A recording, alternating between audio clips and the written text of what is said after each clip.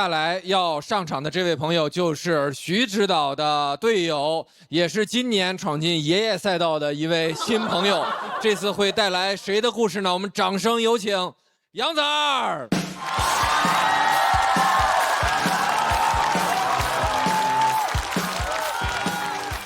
哎，大家好，我叫杨仔儿。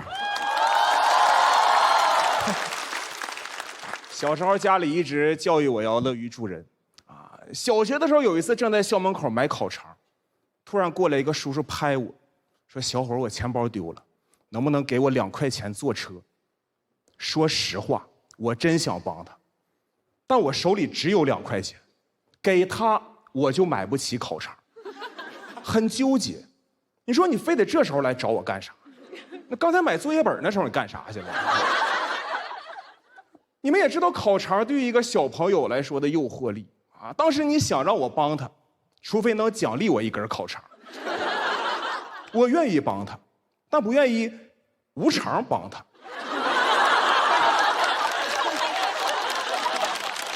我想给他留下一个那种爱莫能助的印象。琢磨了一下，我掏出1块钱，我说：“叔叔，你看，我只有1块钱。”没想到他说：“1块钱你吃个屁烤肠！”他就跑了。哎，他跑了，我咋整啊？我还剩1块钱，买不起烤肠，人烤肠都给我做上了。实在没招了，我也赶紧跑吧。我再不跑，一会儿烤肠做好了，我还得再听一遍：“1块钱你吃个屁烤肠！”我总是不知道，就是不好意思拒绝别人的求助。之前碰见过那种卖花的老太太，拿着1朵玫瑰花往我怀里头塞。说：“小伙子，买1朵吧，就当帮我了。”我寻思行啊，无私奉献一把。没想到我刚在那儿付完钱，一抬头面前又多了一个一模一样的，也拿着1朵玫瑰花。这小伙子也帮帮我吧。不是，他是从哪儿冒出来的？我在这无私奉献呢，他们怎么有丝分裂了？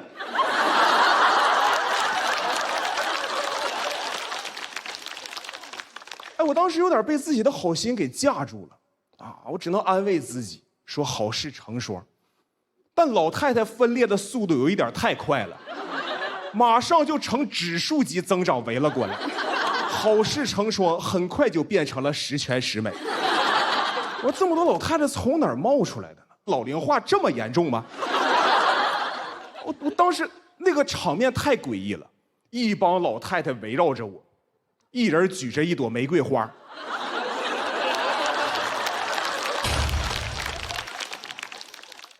我发誓这是我唯一一次帮助卖花的老太太准确的说是13次。当天拎着13朵玫瑰花落荒而逃，回去的路上也很尴尬。你说我一脸木讷的往家走，拎着13朵玫瑰花，谁会觉得我是一个好心人？只会觉得我表白失败了。我感觉我就是太心软了有时候看不了别人那种那样可怜巴巴那出看着就总想帮一把。之前跨年我又遇见过一个卖玩具球的老太太，我咋总能碰着这种老太太？真的，你想跨年呢，结束的时候已经很晚了，我自己一个人往家走，离庭园我就看见一个摆摊的老太太，哎，那个老太太太可怜了。你想跨年呢，那么热闹一天灯火通明的。真的，当时你看那个场面呢，哎呀，太揪心了。就你看那个场面，感觉就卖火柴的小女孩，老了。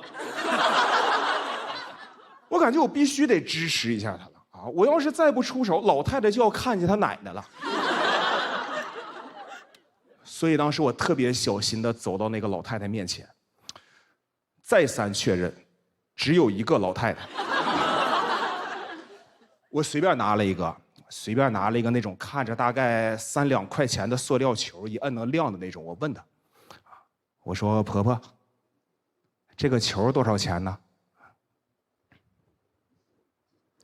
？”35。35。不是这玩意儿，它凭啥卖35？朋友们，35是什么概念我点外卖点2份炸鸡，34元。哎，你要问我在哪儿点的外卖？那当然是淘宝闪购啊！上淘宝闪购搜索夏日拼团，点外卖拼团更优惠，1份炸鸡券后17，2份只要34元，鼓掌！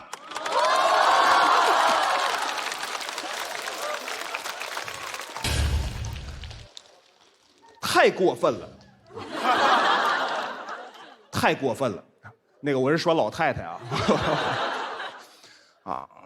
朋友们，你们可能对他卖那个球的成本没有了解。后来我上网查了一下，这东西在网上的名字叫波波球闪闪星空仙女棒，售价高达1元。他要我35块钱，这代表我如果当天晚上给那个老太太35块钱，他能拿这笔钱去吃2份炸鸡，剩下的钱还能买一个波波球闪闪星空仙女棒。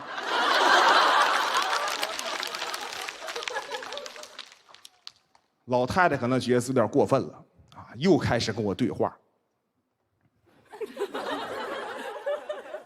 那要不你拿俩，给60。不是我长得就这么需要那个波波球闪闪星空仙女棒，还2个要60，这也太优惠了吧？便宜了整整10块钱呢，10块钱都够你买10个波波球闪闪星空仙女棒了。这玩意儿卖多少钱是你的自由，但你也不能讹我呀！这当时我就站那个老太太对面，我就看着那老太太，我就看着她，我心里就产生了一个疑问，我就在想，就她能混到今天这个地步，你说有没有那么一种可能，她就是因为该。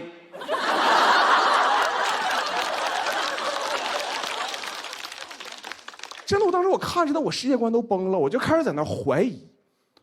我寻思，你说咱小时候看那卖火柴的小女孩，那故事它真是那样的吗？圣诞节的晚上，小女孩惨死街头，1根火柴没卖出去，冻死了，1个管她的人都没有。哎，你说他们那边人真能冷漠到那种程度吗？那就能1个善良的人都没有吗？你说有没有可能，就当天晚上有一个善良的人？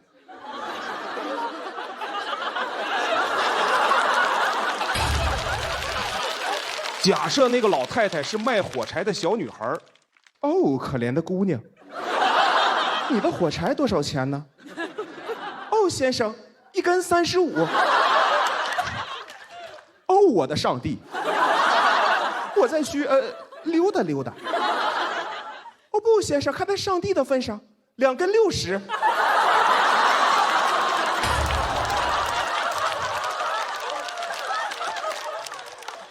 可是我只有10块钱呢，10块钱你买个屁火柴！摇着谢大摇的，谢谢杨仔。喜欢杨仔这段表演的朋友，千万不要忘记为他投票，请左票。谢谢杨仔，谢谢大家，谢谢大家，谢谢大家，谢谢大家，谢谢大家。最后这个解读还是挺有意思的，哎，我是拍的最早的，是。就到那个卖火柴地儿，其实他一点不突兀，他前面铺了一下子，就他垫了一句，如果他那个老奶奶在那儿，我觉得他这个做的很细致，然后我觉得他在舞台上那个台风很扎实，整个一个叙事特别稳。你说到那小卖火柴小女孩，而且那个对话里还是有点那个翻译的味道，什么上帝啊什么的，那他就把这2个，一个东北话和一个有点那口音的那个外国话结合的特别好，就是这个还原场景能力也特别强。谢谢老师。对杨仔的那个表演特别逗，他不是那种很丝滑、很游刃有余的表演，他会让你觉得是顿顿的那种感觉，但是放在这个舞台上和放在你的脱口秀里面是特别恰如其分的，就让人看着更好笑了。然后你的笑容吧，你每次都不会笑得特别大，你好像一直在假笑，但是又给人一种又憨厚又不真诚，就是在中间值的一个摇摆状态，就很好玩。看着就容易被骗是吧？那我感觉小马姐你让她骗了，她肯定是要超过这个油韧度的，这是她的一个风格。对，因为我一开始拍灯的时候是拍在那个淘宝这个商务这里，其实我拍完是有点后悔的，因为我也觉得很精彩，但还好后面你把它翻过来了否则这个灯我就要收回来了。把它收回来吗？没有，很好。其实我们所有观众都知道，后面这个卖火柴的小女孩会变成一个她的叙述里的坏人，多一层的是，观众也会想，我该不该在这个地方笑？我笑了之后，其他人会不会因为我的笑，觉得我是一个连点道德包袱都没有的人？但是杨仔处理的就很好，他让观众，让我们就笑的，至少是此刻是肆无忌惮的，或者叫做没有防备的。所以我觉得这个处理是非常好的，帮我们免责了。对对，特好，谢谢杨仔，谢谢。谢谢大家。